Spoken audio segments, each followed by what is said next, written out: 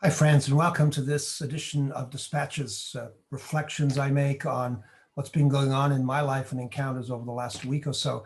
And actually, these have been difficult weeks in very many ways. Here in Canada, we had the revelation of what had been happening in Indian reservation schools years ago with the discovery of the graves of 215 children who had been basically abandoned there and left there, which has raised a huge amount of concern and self-reflection as a country.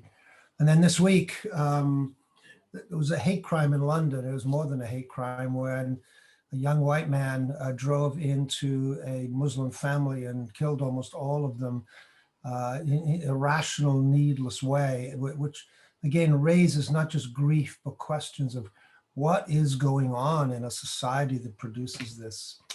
And then I've been in touch with lots of pastors the last couple of weeks who are beginning to reflect with concern about what are we going to do as we come out of post-COVID? What's going to happen to our churches? How do we deal with the tensions that are going to come up with how we go about it, how we deal with our own, and all of this. And I began to go, where are there signs of hope? Where do we look for hope in the midst of all this? And about a week and a half ago, my wife and I had lunch with some friends we hadn't seen for quite a while. And I want to tell you about Mike, because Mike is not what you call a church leader. He's a retired school principal, and he's not interested in all the politics of church and making them work and not making them work and analysis and data. This is what he said. He said, I don't need all of that. When COVID began, and he said this very quietly and gently, when COVID began, I looked around in my church and I knew that there were going to be people who were going to be shut in and were never going to get out. And so since COVID began, I've been calling them up on a weekly basis and just asking them how they're doing and checking in with them.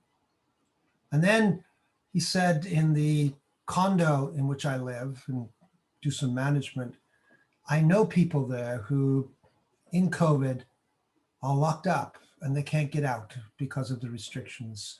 So I've just spent the last year connecting with them, knocking at the door, asking them how they are.